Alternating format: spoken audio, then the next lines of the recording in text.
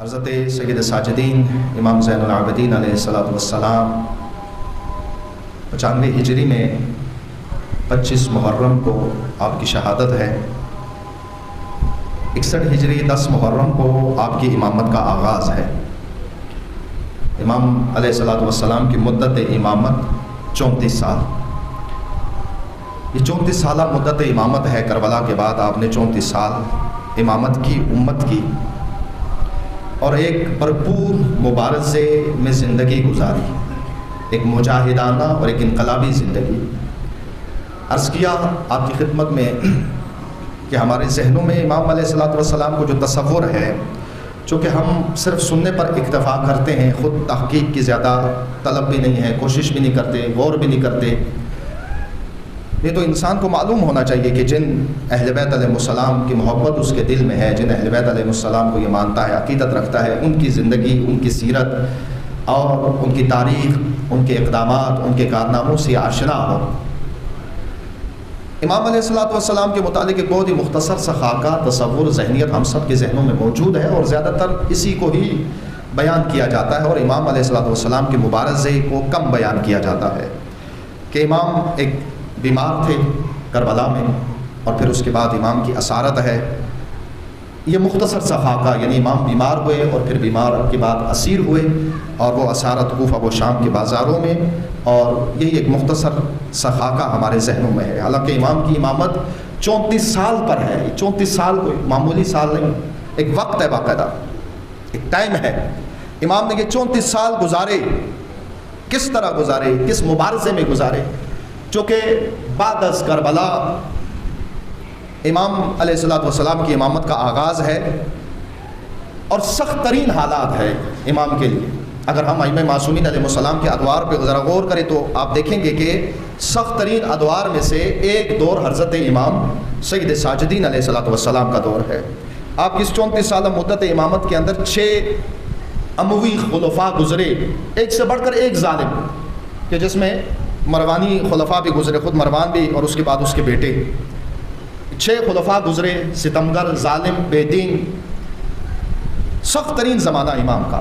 چونکہ کربلا کے بعد امت کے اوپر ایک سکوت طاری ہے، ایک خوف ہے، ایک ڈر ہے، چونکہ جو ظلم انہوں نے کربلا میں کیا، جو ستم فرزند رسول کے ساتھ، نواس رسول کے ساتھ کیا، اب اس کے بعد باقیوں کی پھر جرأت نہیں ہوئی کہ جب نواس رسول کا لحاظ نہیں کیا گیا، فرزند رسول کا لحاظ نہیں کیا گیا، تو یہ ظالم حکومت تو پھر ہمیں تو نہیں چھوڑیں گے۔ جب نبی زادیوں کے ساتھ یہ کچھ کیا گیا، اس لیے ایک خاموش، ایک سکوت ہے، اور حکمران طبقہ جو اموی حکمران تھے، حکومتی مشینری، ان کا سارا زور، ساری مشینری اس چیز پر ہے کہ کسی بھی طریقے سے واقعہ کربلا کو لوگوں کے ذہنوں سے مٹا دیا جائے، محو کیا جائے، کہ کربلا کا ذکر نہ ہو، کہ یہ واقعہ ہوا ہی نہیں ہے۔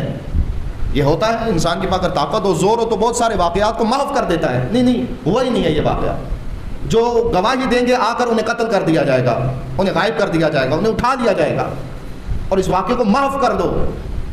چونکہ واقعہ یہ معمولی نہیں تھا کہ جس بے دردی اور ظلم کے ساتھ انہوں نے فرزند رسول کو شہید کیا، اور اس کے بعد اہل بیت علیہ السلام کے ساتھ جو رویہ رکھا، یہ کوئی معمولی واقعہ نہیں تھا، اور اس کا احساس خود بنو امیہ کو بھی تھا۔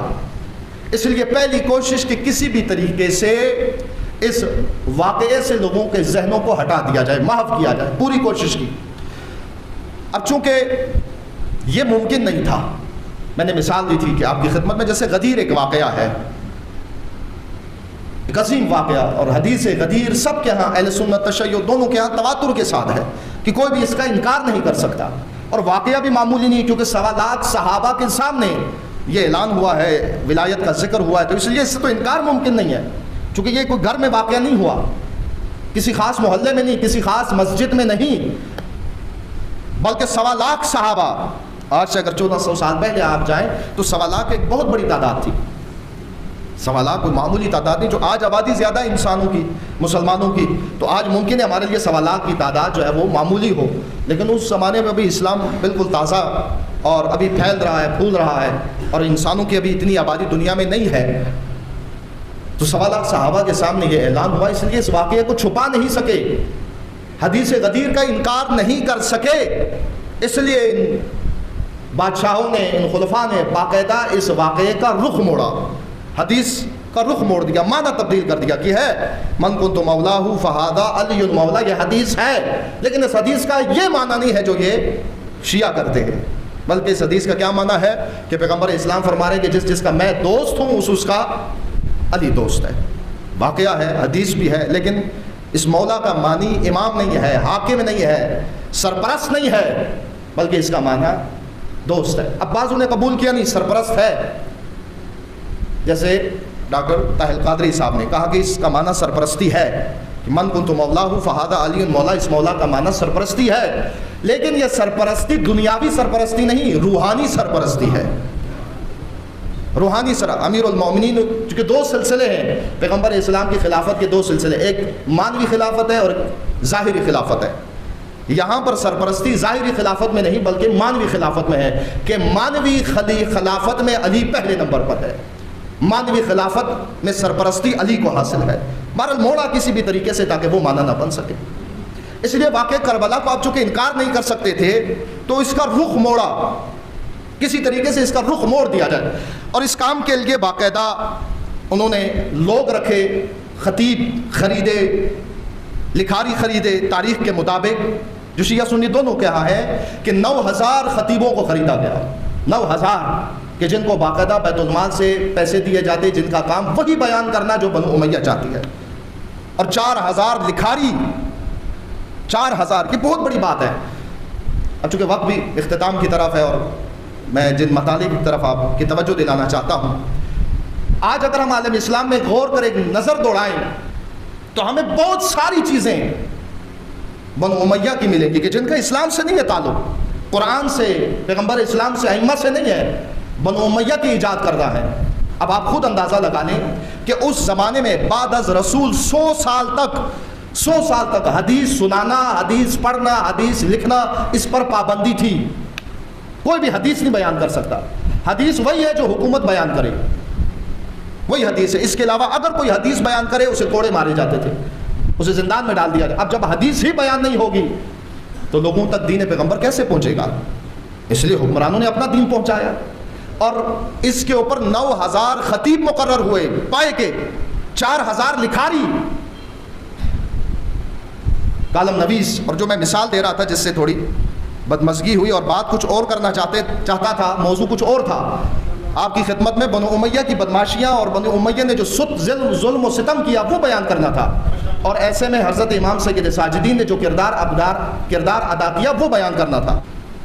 عرض کر رہا تھا آپ کی خدمت کہ 9000 خطیب۔ اب آپ دیکھیں اپنے ملک میں ایک جائزہ لیں تاکہ پتہ چلے کیا ہوا ہے امت کے ساتھ، کہ یہاں پر ایک سلسلہ ہے اور ہر زمانے میں رہا ہے، معصومین کے دور میں رہا اور بڑی شدت سے رہا، اور معصومین علیہ السلام کا ایک بھرپور مبارزہ رہا ہے غلو کے مقابلے میں۔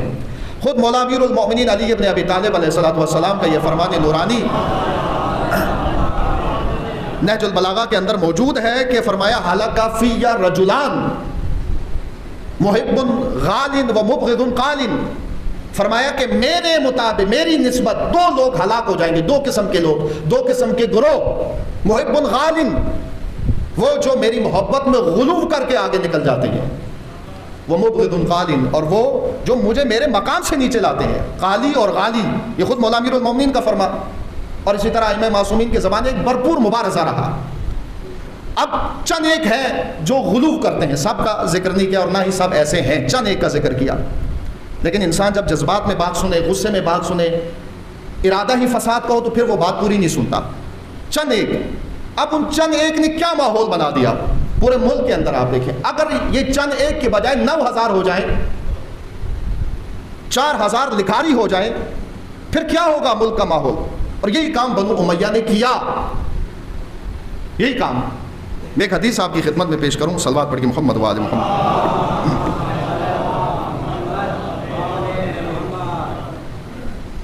غالی کہتے ہیں اس شخص کو جو یعنی خداوند تبارک و تعالیٰ ائمہ معصومین علیہ السلام کو خداوند تبارک و تعالیٰ کے ساتھ شریک ٹھہرائیں، یا خداوند تبارک و تعالیٰ کے جو صفات ہیں جو خدا کے ساتھ مخصوص ہے، اللہ کے ساتھ، ان کی نسبت اہل بیت کی طرف دے، معصومین کی طرف دے.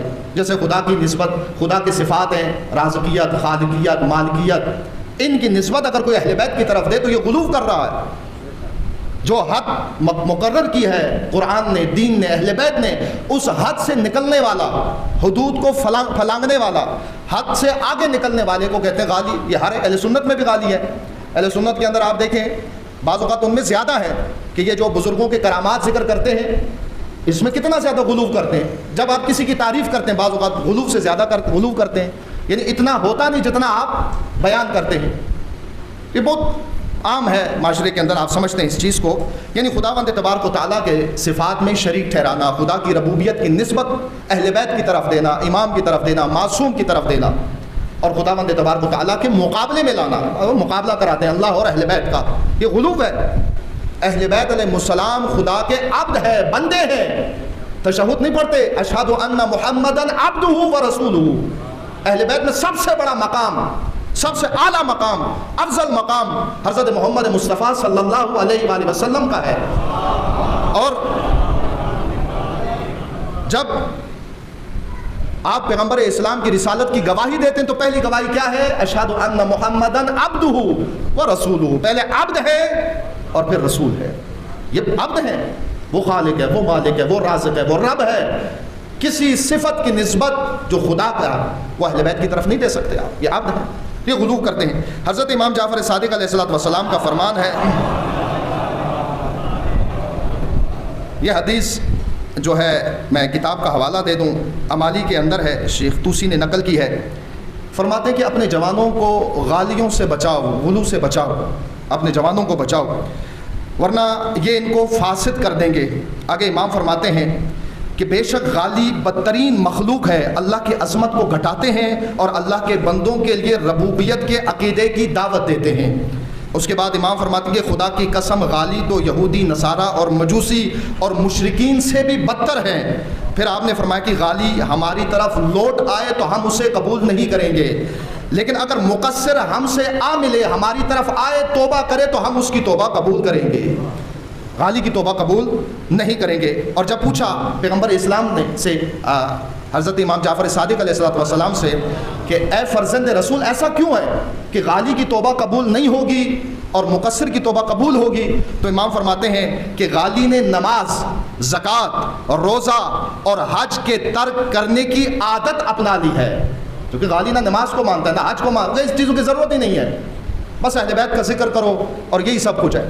انہوں نے اس چیز کی عادت اپنا لی اور وہ اپنی عادت ترک کرنے اور اللہ کی اطاعت کی طرف لوٹنے پر کبھی بھی قادر نہیں ہے. جبکہ مقصر کو جب معرفت ہو جائے گی تو اس پر عمل کرے گا اور ہماری اطاعت کرے گا. وہ واپس آ سکتا ہے، یہ واپس نہیں آ سکتا. اب یہ میں نے اس لیے عرض کیا چونکہ وہ بار بار کہہ رہے تھے آپ تعریف کریں یا ذکر کریں. تو معاشرے کے اندر یہ ایک ہے، اگر اس کو 9000 اس نظریے کو اگر 9000 خطیب مل جائے، 4000 لکھاری مل جائے، اس معاشرے کی کیا حالت ہوگی، اس میں کتنا غلو ہو جائے گا. انہوں نے باقاعدہ بنو امیہ نے باقاعدہ مقرر کیے لکھاری، خطیب کہ کربلا کو مٹاؤ لوگوں کے ذہنوں سے. پہلا کام جو انہوں نے کیا کہ اس کو ایک حادثاتی واقعہ بناؤ. اور آج اہل سنت کے ہاں یہ چیز زیادہ کثرت میں ہے، حادثاتی. یعنی حضرت امام حسین کو نہیں معلوم تھا کہ اتنا کچھ ہو جائے گا، اور یہ جو لشکر ہے یزیدی ان کا بھی اتنا ارادہ نہیں تھا، بس اتفاقی حادثاتی ہو گیا. ہوا ظلم ہے، ٹھیک نہیں ہوا، لیکن کسی نے ارادہ یہ نہیں کیا تھا، ایک حادثاتی طور پر ہو گیا، ایک اتفاقی واقعہ. اور آج کہتے ہیں اس کہ بھئی یہ اچانک ہو گیا، اور اسی کے لیے انہوں نے نظریہ گڑا قسمت اور تقدیر کا کہ جو کچھ بھی ہے یہ قسمت کا کھیل ہے، تقدیر کا کھیل ہے، انسان کا کوئی اس میں عمل دخل نہیں ہے، یہ سارا قسمت کرتا ہے. ان کی قسمت میں مرنا تھا، ہماری قسمت میں مارنا تھا، بس نہ ہمارا قصور ہے نہ ان کا قصور ہے. یہ نظریہ ان 9000 خطیبوں، ان 4000 لکھاریوں کے ذریعے عام کیا تاکہ مٹائیں. تیسرا کام میں بہت تیزی سے گزر رہا ہوں جو کیا بنو امیہ نے کہ اب جب کہ یہ واقعہ، یہ حادثہ یہ لوگوں کے ذہنوں سے مٹ نہیں سکتا، اسے انکار نہیں ہو سکتا، تو جن مقاصد کے لیے حضرت امام حسین نے یہ قربانی دی ہے، یہ شہادت پیش کی ہے، اس سے لوگوں کا رخ موڑ دیا جائے. یعنی وہ مقاصد، وہ اہداف ان کے ذہنوں میں نہ ہو کہ جن کی خاطر امام حسین نے یہ قربانی دی ہے. اس کے لیے بھرپور کوشش کی، کام کیا. ایسے میں حضرت امام سید ساجدین نے مبارزہ کیا کربلا کو مٹنے نہیں دیا، کربلا کو زندہ رکھا۔ اور ایک بہت اہم جملہ کہہ رہا ہوں جس کی وضاحت نہیں کروں گا، حضرت امام سید ساجدین نے کربلا جو ایک واقعہ تھا، اس واقعے کو حضرت امام سید ساجدین نے مکتب بنا دیا، آئیڈیالوجی بنا دی ہے۔ کسی واقعے کو مکتب بنانا، آئیڈیالوجی بنانا، نظریہ بنانا، یہ بہت دشوار کام ہے۔ ایک واقعہ تھا نا، ایک حادثہ تھا، لیکن امام سید ساجدین نے اسے صرف واقعہ رہنے نہیں دیا۔ ان 34 سالوں میں حضرت امام نے اس واقعے کو، حادثے کو، اسے آئیڈیالوجی بنا دیا، ایک مکتب بنا دیا، اور اسے مٹنے نہیں دیا۔ اتنا مبارزہ کیا امام نے، ہر دن، ہر روز، ایک لمحہ بھی حضرت امام سید ساجدین بیٹھتے نہیں، ہر روز کربلا کو زندہ کرتے، ہر روز لوگوں کا رخ کربلا کی طرف کرتے، کربلا کو مکتب بنایا، آئیڈیالوجی بنائی، اتنا کہ آخر دشمن اتنا مجبور ہوا، ناکام ہوا کہ پھر وہ مجبور ہو کر امام علیہ السلام کو زہر دے دیا گیا۔ یہ ان کی ناکامی تھی، مٹنے نہیں دیا، اور امام نے مکتب بنایا واقعے کو، کربلا کو۔ اور آپ کو نہیں معلوم کہ مکتب کی کیا طاقت ہوتی ہے۔ مکتب کی طاقت، بس ایک جھلک پیش کر کے اختتام کروں، مکتب کی طاقت یہیں سے سمجھ لیجئے کہ حضرت امام خمینی نے اتنا بڑا انقلاب برپا کیا، اپنے خطے کے سب سے بڑے ظالم بادشاہ کو سرنگوں کیا، اور جب پوچھا اے خمینی یہ طاقت کہاں سے لی ہے، یہ حوصلہ کہاں سے لیا ہے، یہ جذبہ کہاں سے لیا ہے، تو حضرت امام خمینی نے بے بانگ دہل فرمایا ما ہرچ داریم از کربلا داریم از سید الشہداء داریم، کہ ہم نے جو کچھ بھی لیا ہے کربلا سے لیا ہے اور حسین ابن علی سے لیا ہے۔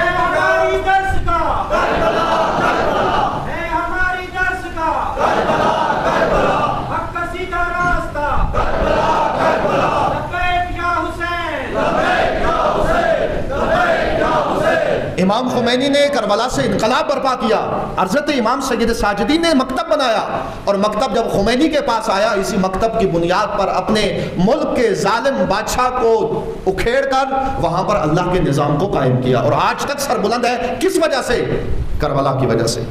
مکتب اب امت کے اوپر ہے۔ جیسے پانی، میں مثال دیتا ہوں، پانی آج سے 1000 سال پہلے بھی پانی تھا، لیکن اس پانی سے کیا کرتے تھے لوگ؟ صرف نہاتے تھے، پیتے تھے، دھوتے تھے، بس زیادہ سے زیادہ کھیتوں میں ڈال دیا۔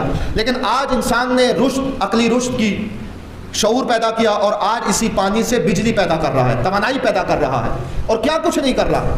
پہلے بھی لوہا تھا، اس لوہے سے صرف چند ایک اوزار بناتے تھے، آج اسی لوہے سے انسان کیا کچھ نہیں بنا رہا۔ حضرت سید ساجدین نے کربلا کو مکتب بنایا، ایک نظریہ بنایا، آئیڈیالوجی بنائی، اور امت کے حوالے کیا کہ اب اس مکتب کے ذریعے، اس آئیڈیالوجی کے ذریعے تم اپنے آپ کو بھی سرخرو کر سکتے ہو اور اپنے معاشرے کو بھی سرخرو کر سکتے ہو۔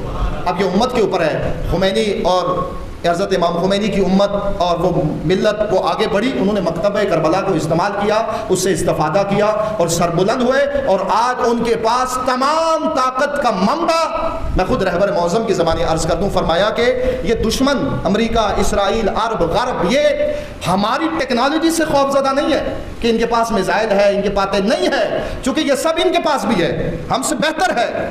پھر کس چیز سے خوف زدہ ہے؟ فرمایا یہ ہماری آئیڈیالوجی سے خوف زدہ ہے، یہ ہمارے مکتب سے خوف زدہ ہے۔ اور جب فرمایا آپ نے کہ یہ ہمیں دھمکی دیتے ہیں حملے کی، ایٹم بم کی، ٹیکنالوجی کی، اقتصادی پابندی کی، تو انہیں کہہ دو کہ اگر تمہارے پاس یہ ساری طاقتیں موجود ہیں تو ہمارے پاس بھی ایک طاقت موجود ہے، اور اس طاقت کا نام کربلا ہے، اس طاقت کا نام، اس توانائی کا نام کربلا ہے۔ یہ سید ساجدین نے کیا، یہ مبارزہ عزا اور بکا کے ذریعے کربلا کو مٹنے نہیں دیا۔ آج جو کچھ بھی ہمارے پاس یہ ذکر، یہ اہل بیت کا ذکر، یہ حضرت امام سید ساجدین کے مبارزے کی وجہ سے ہے۔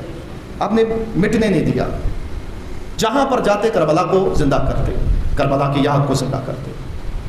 خداوند تبارک و تعالی ہم سب کو سید ساجدین امام زین العابدین علیہ السلام کی پاکیزہ سیرت کو سمجھنے اور اس پاکیزہ سیرت پر عمل پیرا ہونے کی توفیق عطا فرمائے۔ ساتھ ہی ساتھ آپ کے علم ہے میں ہے کہ ملک